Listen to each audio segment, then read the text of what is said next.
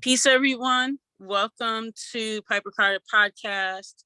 You're listening to Piper Carter, and we have a very special episode today.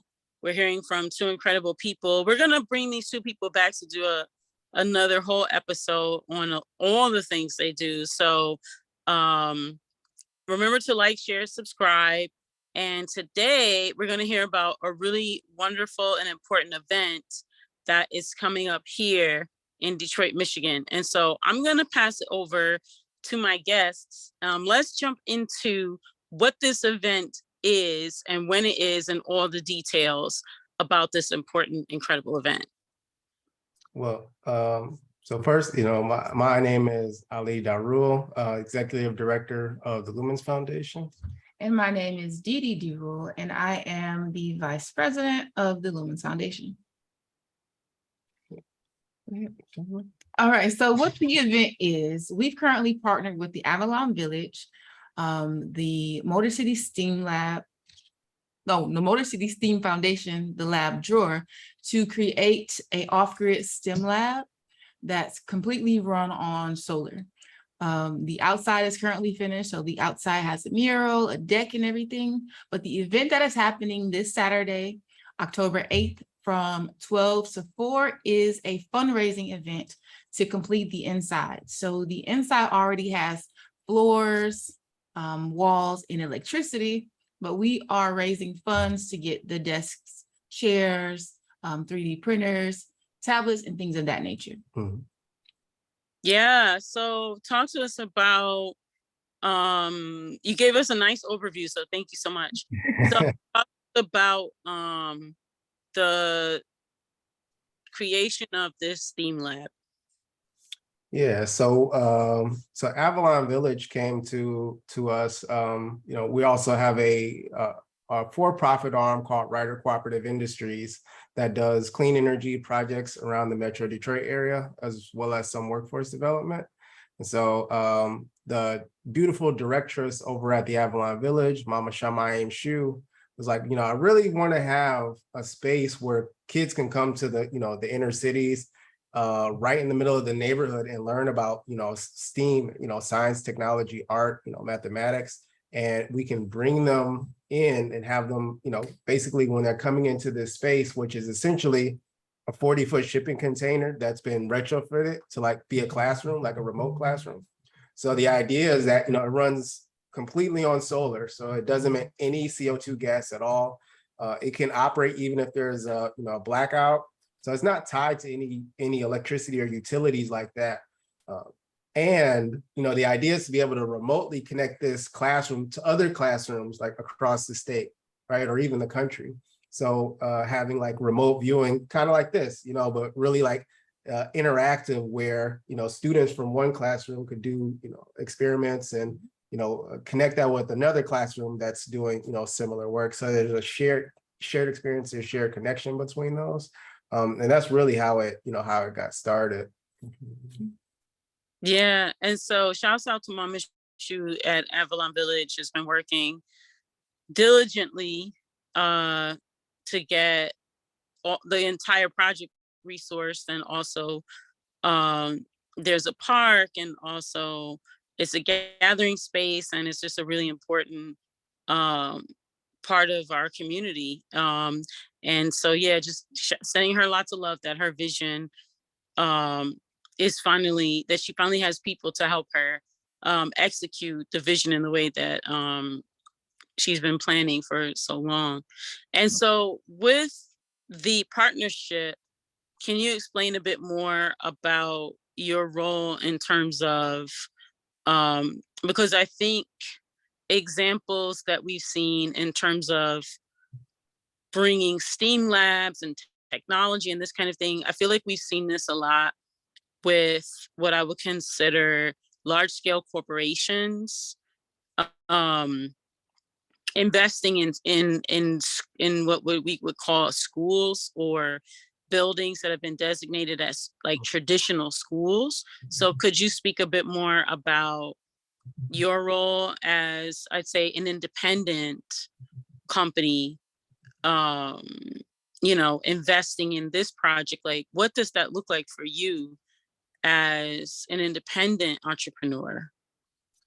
Well, I mean, so one of the things that we have a commitment to is growing the, clean energy workforce across the country. Blacks and BIPOC people, constitute less than 3% of the entire workforce across the nation. And so we're looking to make a change and a shift in terms of how many Black and brown students, as well as adults, have an opportunity to get into the workforce, so that it's not just people that, that those people don't have an opportunity to take part in those kind of careers and in that workforce. So that's something that we've really been committed to. We've done classes with, middle schoolers, high schoolers out in Saginaw. We've connected with folks out in Flint. And most recently, we've done education for returning citizens in Detroit, coming back in. We want to give them a heads up in terms of, this is the latest technology. This is the latest advancement that's coming up, right? We want to give them an opportunity to get in there. And so, we've been providing time and education as a labor of love, because we believe that, sustainability is really where the future is going. And so if we could do our part to make that, a possibility, yeah, that's what we put our energy to. Mm-hmm. And then in terms of the development of the curriculum, was it a curriculum that you co-developed? So the curriculum is a mashup of what Ali actually has studied prior to creating the Lumens Foundation. So what the students will be taught is a mashup of that, as well as the information from our partners at Motor City STEAM. Mm-hmm. And so that includes like, does that include like all of the things, if you will? Like, does it include like building and carpentry, or is it mostly like solar and maybe some water technology? Or are you able to share anything about what the curriculum is about?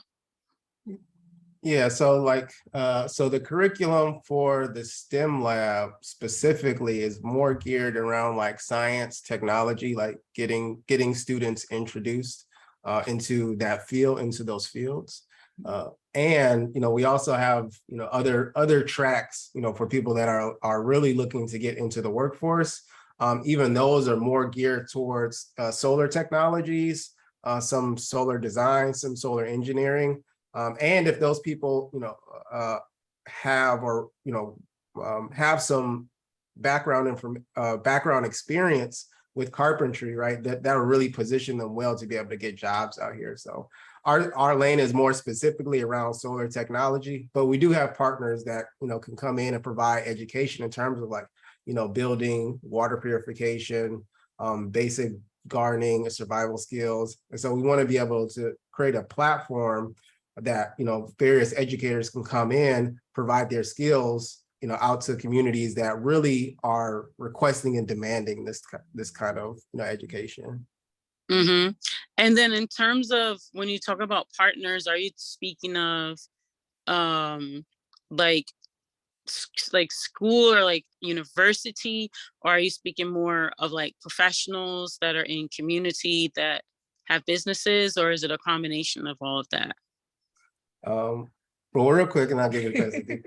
So really, it is a combination of all of those. So real quick, some of it is universities. We do have some relationship with some universities around. Some of it are community groups that do education in one of these lanes or another. We have ties with a lot of good urban, like farms, for example, that we have a lot of really close relationships around the Detroit area.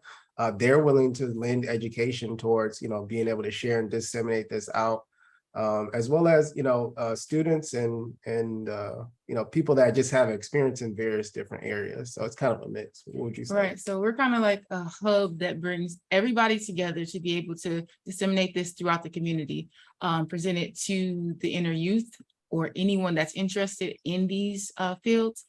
And yeah, that's where we are.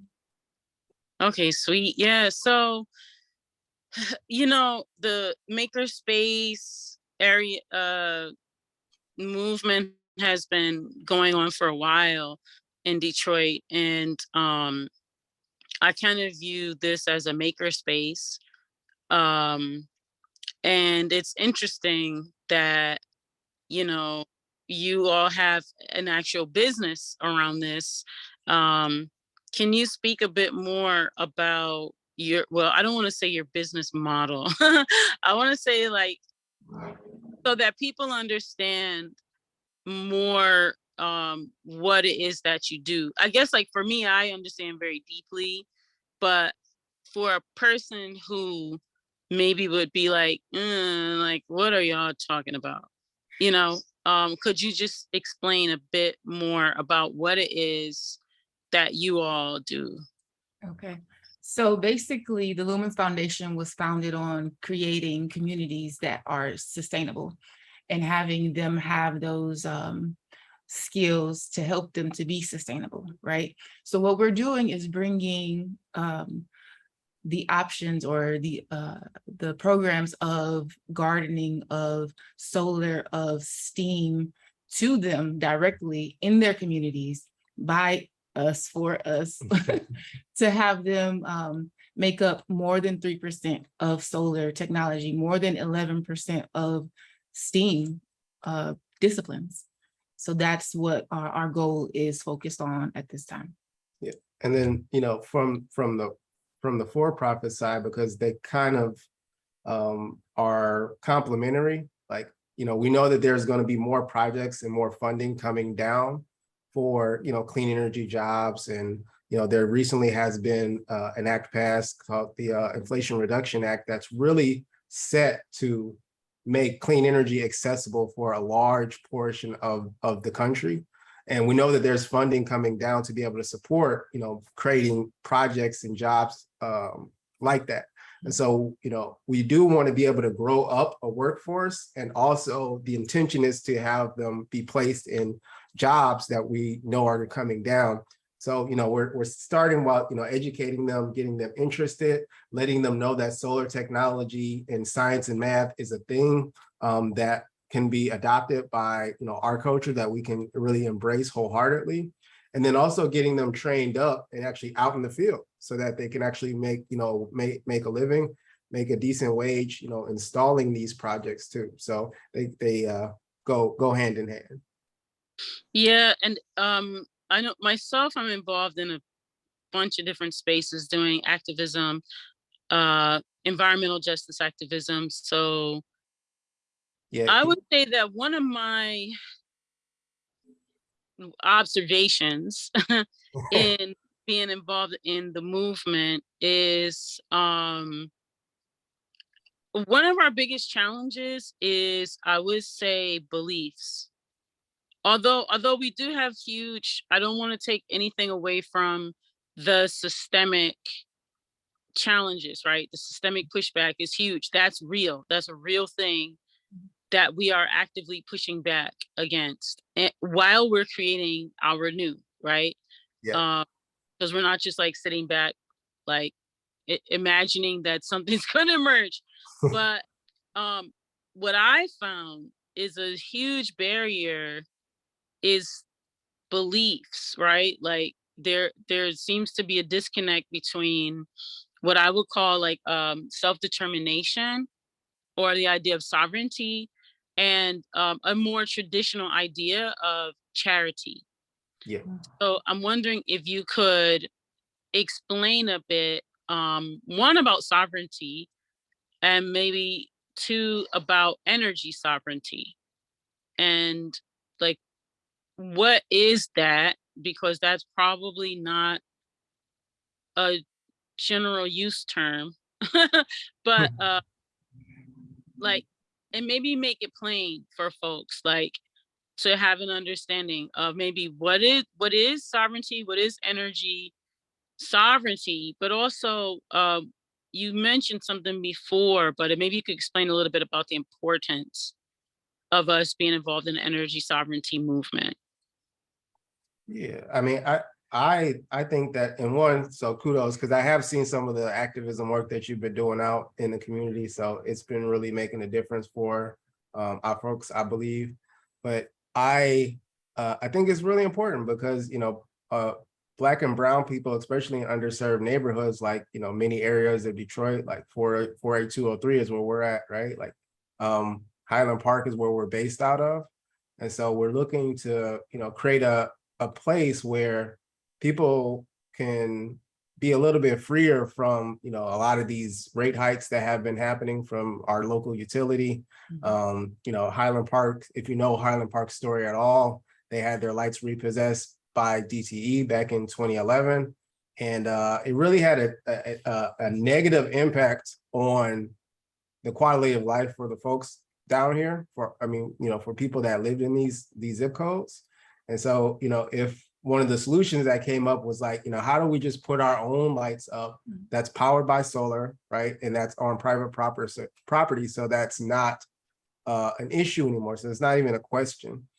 And so, when we're talking about energy sovereignty, we believe that, we believe that everybody at the very least should have some level of solar energy or independent power that doesn't require them to be connected to the grid, so that they can, just keep on with their lives, in case there's unstable grid or if there's a power outage, like we just recently experienced one, couple, not too long ago, maybe a couple of weeks ago. So, a lot of people, they lost food, right? So how does that show up?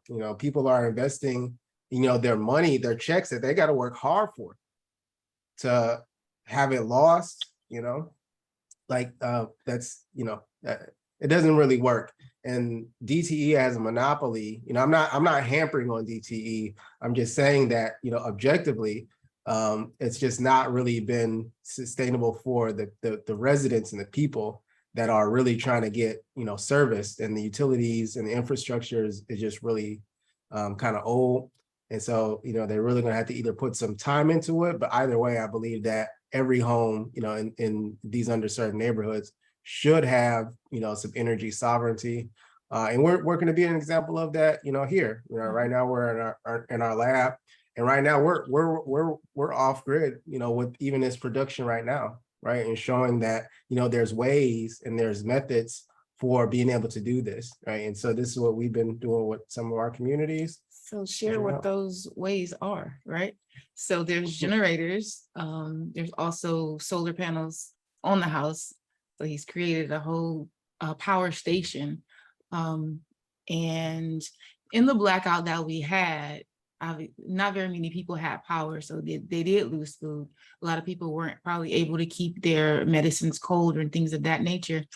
However, with energy sovereignty, we were able to keep our food, and being sovereign in general. We had like go bags packed, so we had propane and a eye to actually heat our food. So being prepared on those levels, it diminishes the catastrophe, is so to speak. And we're going to be seeing more need as climate change impacts us.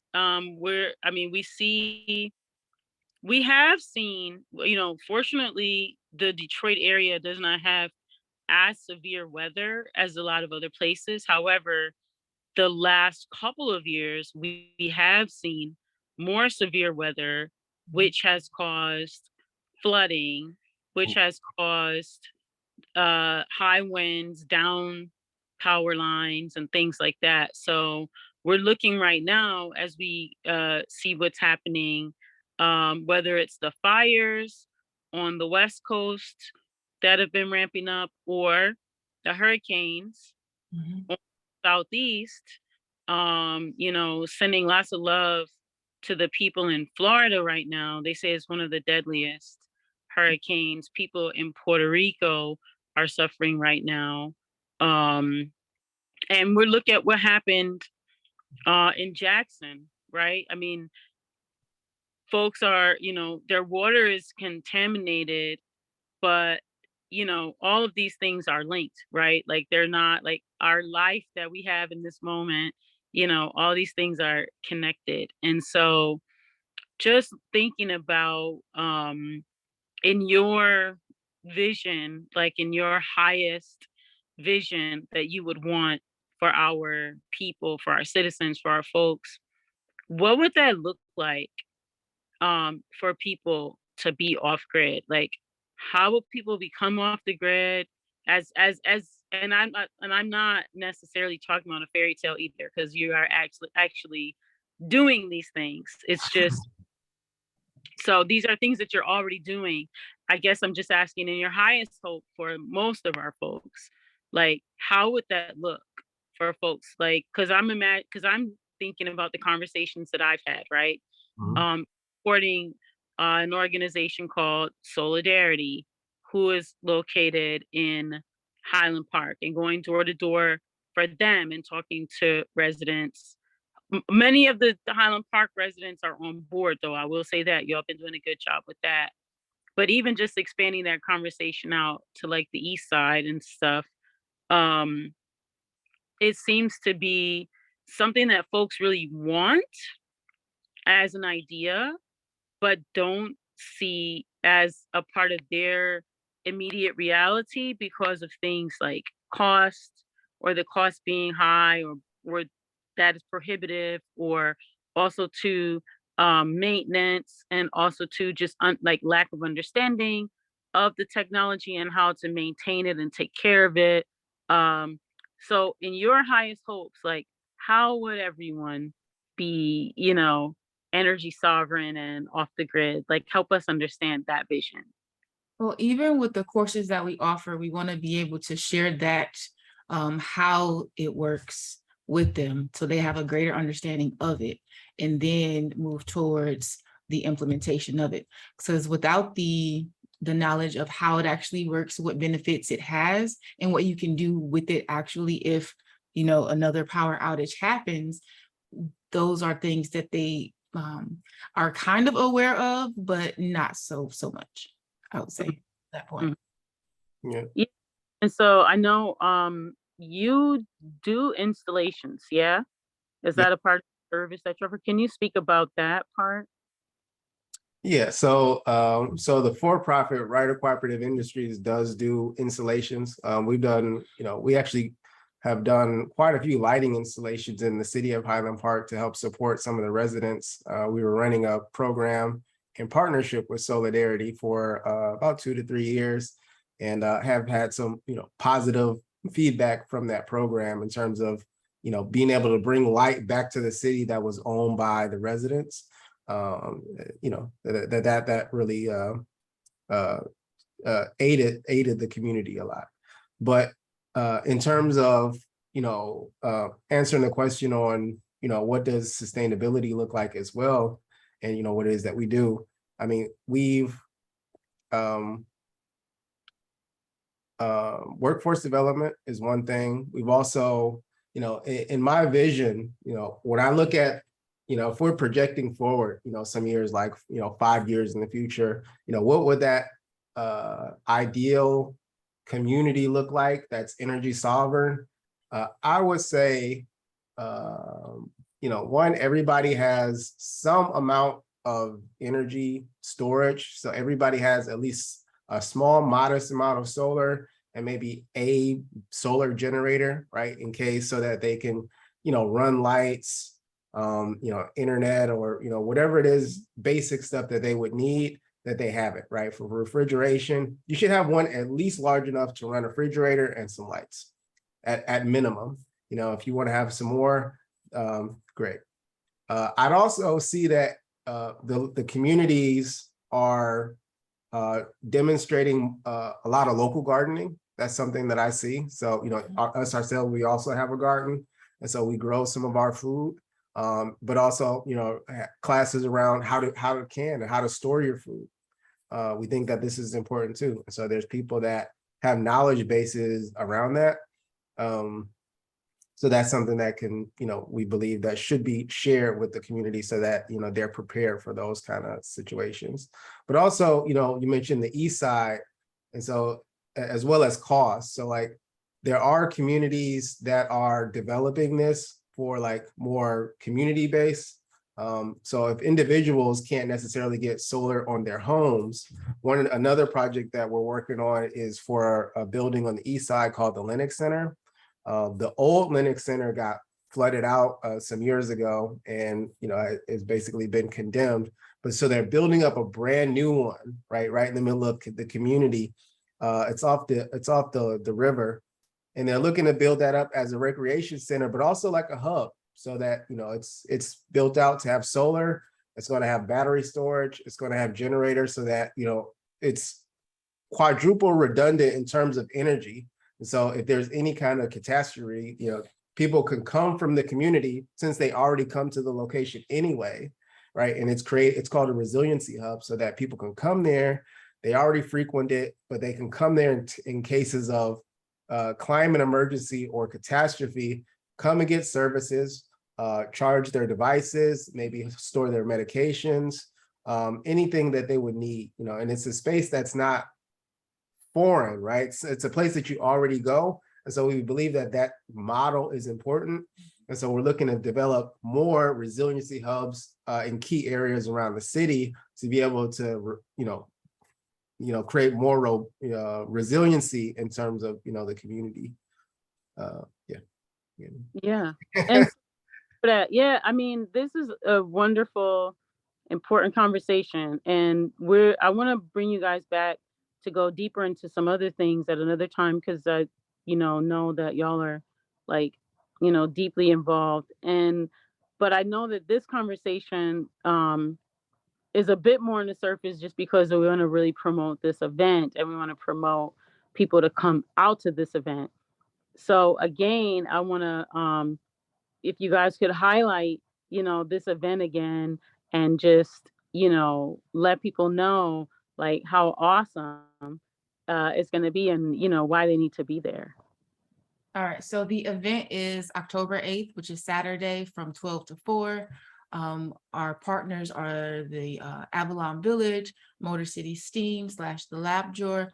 They should come out, because we are creating a space that will ignite wonder and creativity for the youth of Highland Park. Less than 11% of Black and Brown people make up the employment or the disciplines. So we want to be able to inspire our kids to grow up to be these things. So for the fundraiser, the Motor City Steam will actually be doing demonstrations of a couple of the experiments that they have. So they'll see what is possible and live into that. Yeah. And also, for folks that haven't had an opportunity to see the Avalon Village, we want to invite them down so they can actually see what an eco village actually looks like and can be. So it is at 43 Avalon Street. For folks who want to just come on down and take a look. We'll probably be doing something about some small solar education, maybe a little hands-on workshop there as well. Just educating them so that they can have an opportunity and just get a taste of what a classroom would be like for their students or their community that will be looking to invest in this type of education, right in the heart of the city. And it's open. You can bring your kids as well. So if you don't have a babysitter, bring them down. It's okay. Also, donate. That's what the whole thing is for, to donate, to raise funds. Currently, our goal is $50,000, and our what we totally raised at this point is $3,500. So we have a little ways to go, but we definitely know it's possible, and it's what we want and need for our youth of Highland Park and Detroit. Yeah, well, thank you so much for the work that you're doing. And again, another shout out to Mama Shu for this incredible, powerful vision. And name once more your company, because I want that to be on the lips of everybody. The Lumens Foundation. Okay, yeah, Lumens. No. So it's Lumens. Lumens. Okay, and we're gonna put everything in the description. Okay. This is for folks who like to type when they look. And then folks can also, so they can donate to the project. Yes, They can also donate to your foundation. Yes. yes. So we'll put both of those links in there because the event is more like, you know, geared towards this project, and we want to get this project funded. But this project is funded. We'll put that in the universe. So we see the full funding of this project. And also beyond this, once this project is funded, folks can also become, maybe possibly, I don't know if you're doing memberships to become a sponsor, or how does that work? Do you have like, how do people continue to support the work that you're doing for your company? Yeah, we do have sponsorship. We do have plate levels to where organizations can contribute to the organization, and thus, you know, see the impact out in the community. So that is on the website that, you know, we can share, and then they'll have an opportunity to partake in if they choose. Yeah, because also too, you know, there's this whole movement with Black people moving their money, right? And so Black folks are moving more into investment and investing in technology, investing in Black companies. And so we definitely, you know, want you to be one of the top companies that people are like, yeah, this is where I'm moving my investment to, because I can see that this is a great technology company that is relevant, that is useful, and that is doing work that is transforming community and society. So yeah, so all those links will be in the chat. I want to thank you both for stopping by this evening. Again, I want to bring you back again to have a deeper conversation, but I definitely want people to leave this conversation thinking about the event more immediately. That's coming up this Saturday, October the 8th at the Avalon Village. And what are the times again? The times are from 12 to 4. Okay, so wonderful afternoon, Yes. Mhm. family. And say your website again and your social media. So the website is www.lumensfoundation.org. And then on social media. Lumens Foundation. Okay, Yep. wonderful. Kept it simple. Okay, and then and I want to thank you all for being here. Thanks for spending the time. And thank you all for listening. We want you to check out Lumens Foundation. We want you to check out the event. We want you to support the Avalon Village and the community. And we want you all to learn about energy sovereignty and look towards getting off of this extractive system and into something more regenerative that pours back into your community. This has been Piper Carter with the Piper Carter podcast. Of course, you can go to pipercarterpodcast.com. We're also on all your streaming platforms, including YouTube. So check us out there. And we are members of the Detroit is Different podcast network. So we will see you next time. Peace. Peace. Hey, beautiful.